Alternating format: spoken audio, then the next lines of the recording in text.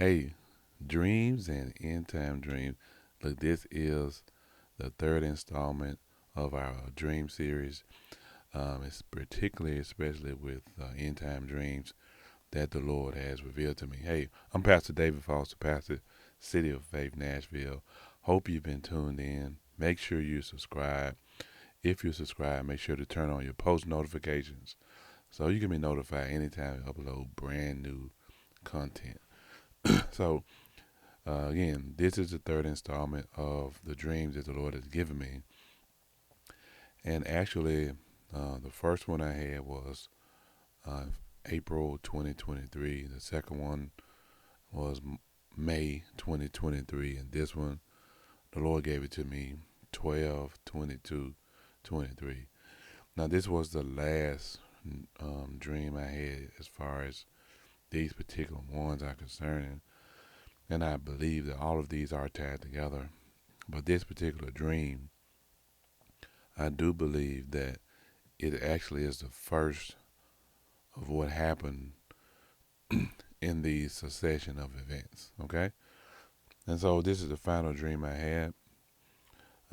Make sure you tap in, look, like, share. I want to hear what you think about these dreams. I'm gonna come back at a later date and really break down some of these, the meanings, the allegories, the different things that how the symbolism that is shown, the numerology in the dreams. But if you have insight and you have comments and questions, I love to hear them down below, or you can connect directly with us via our website, faithliveshere.org, or you can connect with me with anyone on social media, DAVBFOS on Instagram, DAVBFOS on X, I was about to say Twitter, and you can connect with me on Facebook, David B. Foster Ministries there. Okay, so the final dream I had so far, it was very revealing and telling, and it gave me insight into a lot of the interworkings of what is happening in the society at the time. So I was in a home, reminded me of my mother's home, or the home I grew up in. It's due to something I saw later on in the dream. But a lot of times there can be symbolism for like comfort, peace. And so it doesn't necessarily mean like when you're dreaming how you see things or how it really is. Sometimes there's a lot of symbolism in dreams. And so I know I was very anxious, very nervous in this dream, not as if it's as, there's a kind of anxiousness as if you're fearful for your life, and then there's an anxiousness like of anticipation. And so that's what I had in this dream was a anticipation of what was to come, and I soon found out why. And so there was a gentleman there. He came to see me. He was standing up. I was sitting down. I don't exactly know our relationship or how we were related to each other, but you know, I guess we did have some type of relationship where I was able to come in and be able to, let him into our home. And so I didn't feel threatened by him initially, but he was standing in the front room and he had his son with him. Now his son couldn't have been no more, I would say between the ages of 7 to 9, right? And he was holding his son by his hand, very tight grip, as if asserting authority, dominance over his son. And so he was nervous, and he was anxious as well um, in the dream. And the anxiousness that he had, the anxiety that I felt coming from him, was as if he was on drugs or he was like running out of time. I've experienced people who were on drugs, needing to get high again or basically fiending for their next hit or drug. taking more drugs, like they want a continuation of their high, so they won't. They're like really nervous, anxious, and so that is what that reminded me of. Or like I said, it was as if he was running out of time, in the sense of that he owed someone money, and so but I felt in my spirit he was under duress. He was under intense pressure. I felt that coming after him because he was real fidgety. He was moving about, side to side. And again, I was not alarmed by those movements, although I was watching him, and I was making sure to um, keep my eyes on him, or as we say, stay on my P's and Q's in case he tried anything. And so this is where it just really got really weird because he said, "Hey, I need you to buy my son from me." Like, I was like, "What?" He said, "No, I need you to purchase." You know, no, he didn't say purchase. I'm gonna sell my son to you. You can have him. I was like, "I'm not gonna buy your son. I don't need your son." And no, that's when he became like extremely aggressive. And then I saw him holding something in his hand like a weapon. And it seemed like a gun. It seemed like a knife to me, but definitely something sharp. And that's when I began to kind of get, you know, taken aback. Like, okay, what's really going on? But he was like, no, you have to. He was pressuring me so bad. He was like, you have to. I'm going to sell my son to you, and you're gonna buy him.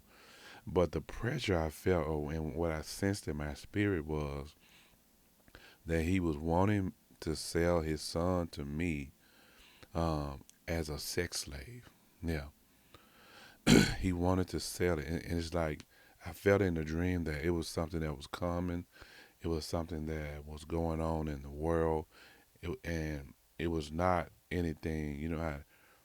There's a lot of sex trafficking going on now, and we're praying for those who are involved in those or come out of that lifestyle. But that's kind of a hidden world, right? Underground world. But in the dream, it was not. It was like it was out open. It was like something that was common, and he was really offended that I didn't want to, you know, buy his son as a sex slave. And so that's when I seen him grab for something sharp, this sharp weapon. And just at that time, as he was like, you know, he was accosting me, coming toward me, this young lady and her husband came in. Now, these people happen to be our friends.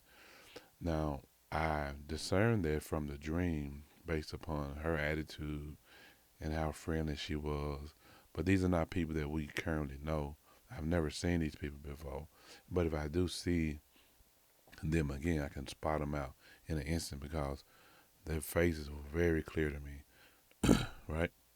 Their faces were very clear to me in the dream, and I was able to really see.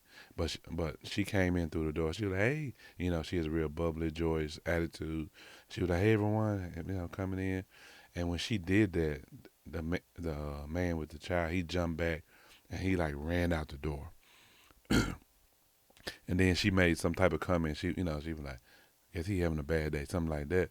She was like, "Well, what's going on?" And we started talking, and we started talking, and we began to, just greet each other, and there wasn't really any more discussion about that gentleman.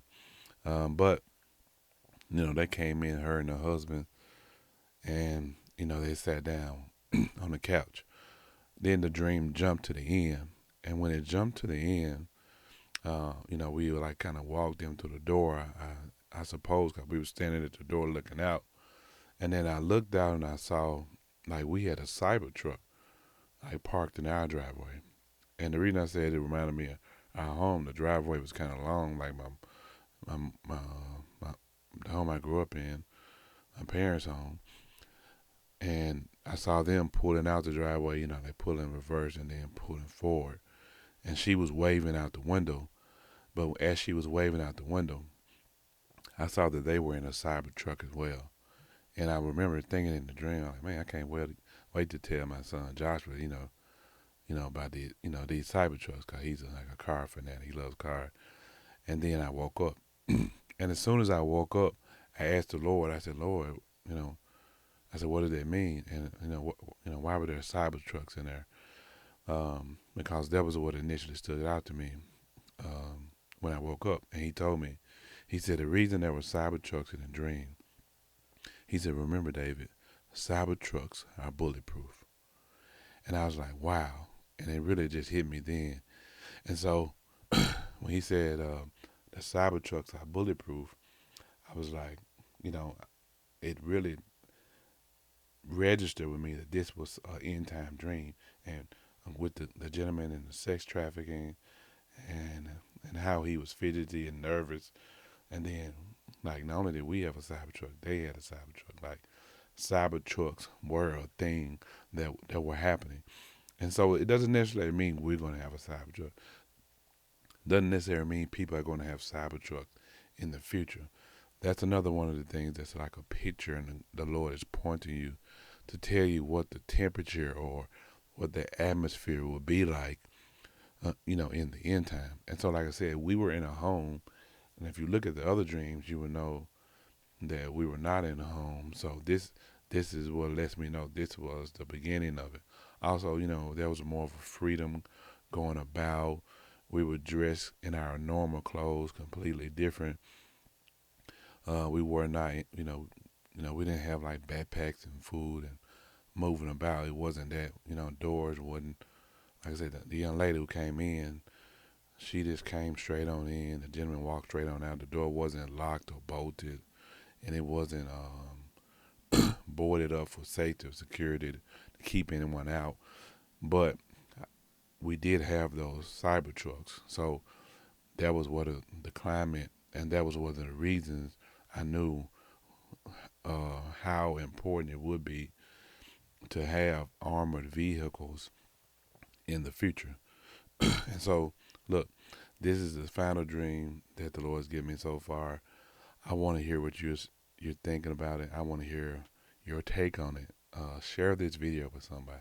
Somebody who's a dreamer. Someone who's gifted prophetically. Look, share this dream for them. Have you heard similar things like this from other pastors, prophets, those who are seers, those who've been gifted to see in the spirit realm? Have you heard these things? I want to hear more from you. So look, make sure to subscribe. Make sure to like this video. Share it, share it, share it. Look, I believe that we are in a place where the Lord has had us on his mind, and this is why it's important for me to share these videos. Remember, surely the Lord would do nothing without first revealing them to his prophets. And so look, until next time, I see you. Peace. Stay blessed.